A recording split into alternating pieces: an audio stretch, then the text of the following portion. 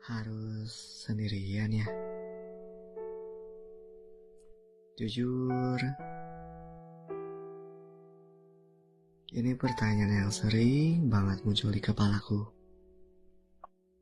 Dan mungkin kamu juga pernah ngerasain hal yang sama. Sejak kecil, aku terbiasa melakukan banyak hal sendirian. Bukan karena aku mau, tapi karena aku ngerasa gak ada yang benar-benar bisa aku percaya. Gak keluarga, gak teman, bahkan pasangan pun kadang terasa jauh. Bagiku, kebersamaan itu aneh. Dan di titik tertentu, aku mulai terbiasa dengan rasa sepi.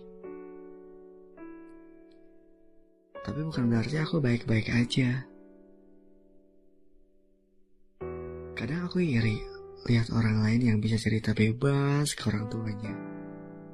Aku pengen. Tapi mungkin realitanya gak semudah itu buat aku. Karena aku pernah nyoba buat cerita, tapi seringkali dibalas penolakan atau penghakiman. Dan dari situ aku belajar. Mungkin menahan semuanya sendiri terasa lebih selamat daripada harus kecewa lagi. Tahu gak sih? Perasaan sendirian itu bukan cuma soal gak ada orang secara fisik di sekitar kita.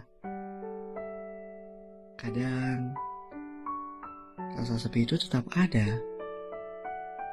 Kayak kita hadir di ruangan yang penuh banyak orang, tapi rasanya kayak gak kelihatan, gak didengar, gak pun dipahami.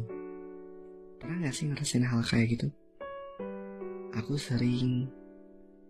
Dan jujur, itu lebih nyakitin daripada bener-bener sendirian. Karena saat kamu beneran sendiri, kamu udah tahu ekspektasinya, yaitu gak ada yang peduli. Kadang aku mikir, apa aku terlalu rumit ya buat bisa dimengerti? Apa aku terlalu beda? Apa aku terlalu sensitif? Atau jangan-jangan aku emang gak layak buat didengerin?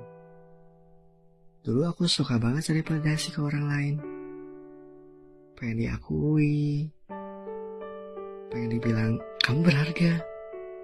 Tapi makin aku cari, makin aku ngerasa kosong. Dan akhirnya aku nyerah.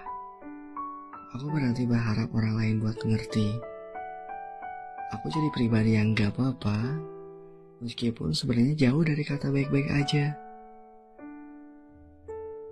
Kesendirian ini kadang nyeret aku ke banyak hal, seperti overthinking, gak percaya diri, merasa gagal, sampai kadang muncul pertanyaan-pertanyaan gak jelas di dalam pikiran. Seperti, kenapa sih harus aku? Kenapa orang lain punya support system dan aku enggak? Apa aku yang salah?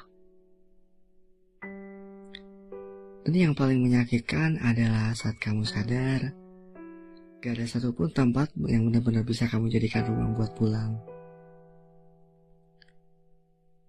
Tapi satu hal yang akhirnya aku pahami, aku jadi ngerti gimana rasanya benar-benar hancur. Rasanya berharap tapi dikecewakan. Atau seperti gimana rasanya nangis sendirian di malam hari. Tapi lama-lama capek juga ya. Capek pura-pura kuat. Capek ngerasa kayak gak punya tempat buat pulang. Aku tahu itu gak mudah.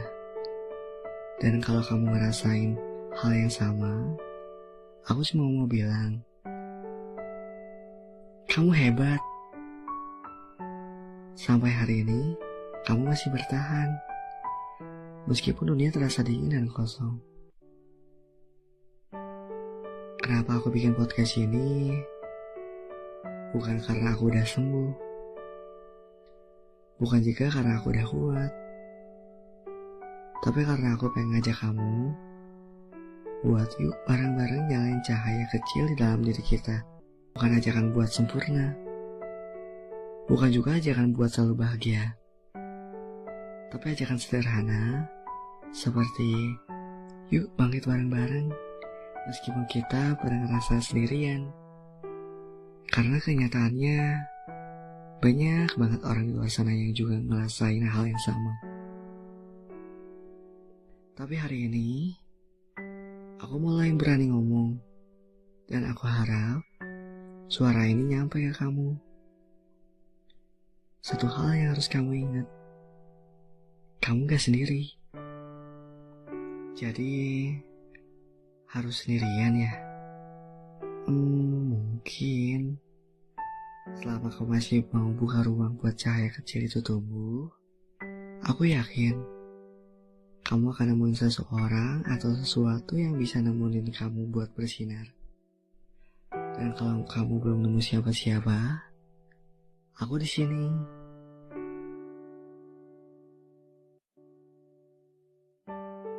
Terima kasih udah dengerin. Kalau kamu merasa relate sama cerita ini, kamu gak sendiri. Sampai jumpa di episode selanjutnya. Jaga dirimu baik-baik ya. Dan jangan lupa, kamu berhak buat bahagia.